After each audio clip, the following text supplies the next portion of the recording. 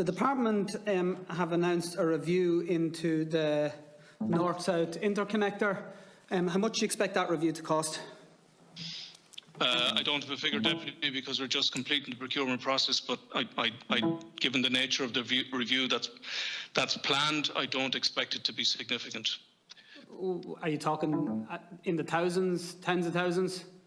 Thousands or small tens of thousands. Okay. So what's the purpose of the review?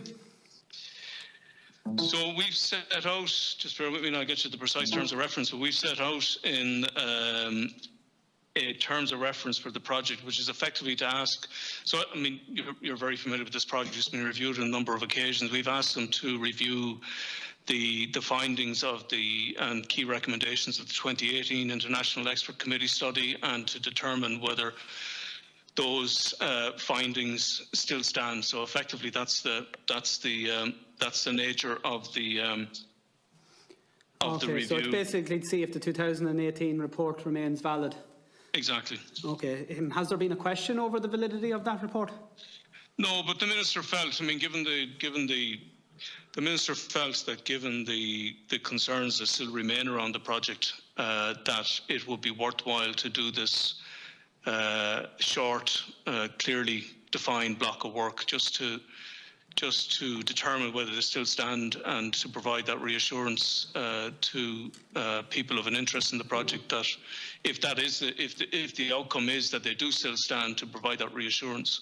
Yeah, I think the difficulty is that the Department is missing the point, because I'm one of those people who have concerns, and my concerns were never around the validity of the 2018 report. In fact, the 2018 report acknowledges that the undergrounding option, which is that favoured by local communities, as you know, is actually a credible option. So the difficulty isn't in relation to that report per se. I suppose the question that we now would have an interest in as a committee is why the Department is investing any money at all into a project that nobody asked for.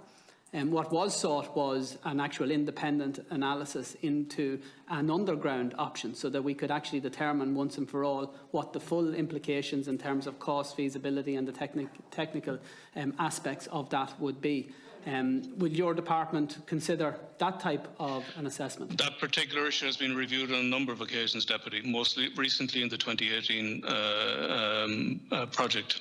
So the 2018 project, as I say, included in its conclusions that the undergrounding of the option is undergrounding of the interconnector would be a credible option. The difficulty that we have is that nobody has analysed properly an underground option in terms of what that would cost, whether or not the technical issues that have been unforeseen would emerge. And so we're continuing along a vein whereby EirGrid, with the support of your department, is proceeding to a direct confrontation with landowners and local communities. And on top of that now, you're spending money on a review that nobody asked for. So EirGrid, in terms of how our system is set up, and in accordance with the 2012 policy statement of this particular issue, EirGrid are the ones that determine the most technically appropriate solutions to delivery of grid infrastructure. That's their role. That is not our role.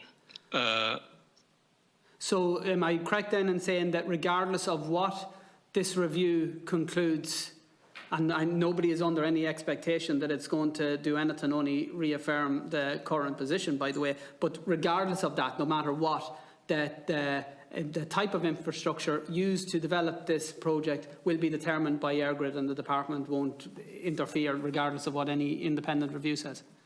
So we'll wait and see what the independent review says, and I'm not going to comment on an outcome that I haven't seen yet. Okay. So have consultants been appointed yet to that review? Consultants, I think, are on the verge of being appointed. I don't think the procurement has fully concluded yet, though a party has been identified. So I think just the procedural work is being concluded to finalise that. I take it by the language you're using that you're not going to divulge who that party is today? I'm not even sure I have it in my brief. Okay. Can you explain how that procurement process operated? Was it was it advertised? Were there a number of expressions? Yeah. So we looked at whatever OGP panels were in place at the time. That didn't deliver.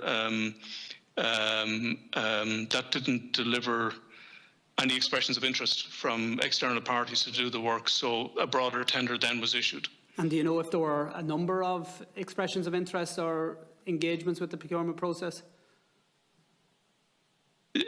At the second stage, I think the engagement was limited enough in terms of parties who put their names forward to do this work.